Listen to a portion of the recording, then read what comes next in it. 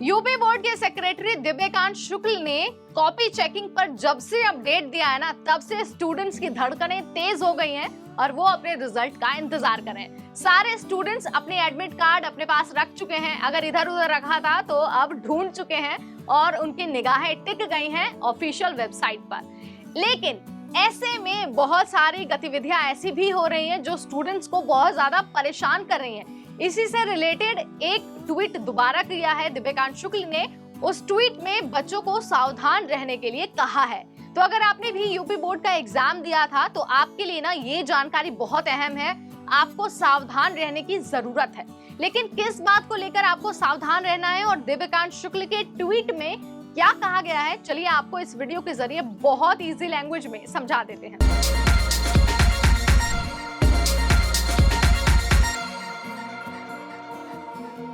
बात हो रही है यूपी बोर्ड के रिजल्ट को लेकर अपडेट की।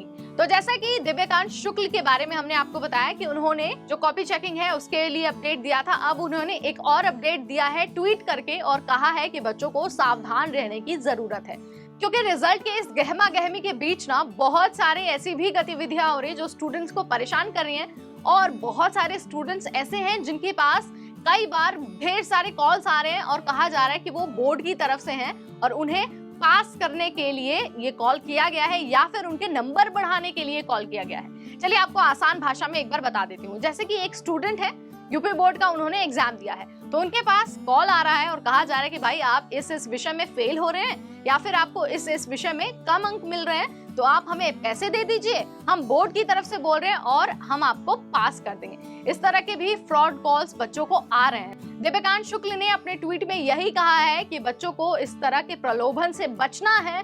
बोर्ड किसी भी तरह का कोई कॉल किसी भी बच्चे को नहीं करता है। तो अगर आपके पास भी इस तरह का कॉल आता है तो आप उस कॉल को अटेंड मत करिए, या फिर अगर आपको ज्यादा परेशानी होती है तो यूपी बोर्ड से भी आप संपर्क कर सकते हैं। इसके अलावा आपको इस बात का ध्यान रखना है कि जब रिजल्ट अनाउंस होगा ना, उसके बाद ही रीचेकिंग के लिए डेट अनाउंस होगी और रीचेकिंग की भी एक प्रक्रिया है। सबसे पहले आपको फॉर्म भरना होगा, उसके बाद ही आपको फीस सबमिट करनी होगी। कभी भी बोर्ड आपको कॉल करके नहीं कहेगा कि भाई आपके नंबर कम है, आप पैसे दीजिए और नंबर बढ़वाइए। आपको बकायदा फॉर्म भरना होगा और आपको जिस भी विषय में रीचेकिंग करानी है आप करा पाएंगे। इसके साथ ही बात अगर फेल होने की हो, तो अगर आप 2 विषयों में अनुत्तीर्ण हो जाते हैं या फिर पास नहीं हो पाते, तो बोर्ड आपके लिए कंपार्टमेंटल एग्जाम आयोजित करता है। अलग से कोई पैसे नहीं चार्ज करता, बल्कि बस आपको एप्लीकेशन की फीस देनी होती है। आपको ये जानकारी होना बहुत जरूरी है और ये सारी प्रक्रिया सिर्फ और सिर्फ रिजल्ट अनाउंस होने के बाद ही होती है। तो रिजल्ट से पहले अगर आपको इस तरह का कोई भी कॉल आता है ना, तो आपको अलर्ट हो जाना है, क्योंकि ये स्कैम कॉल्स हैं। आपको इस झांसे में नहीं फंसना है।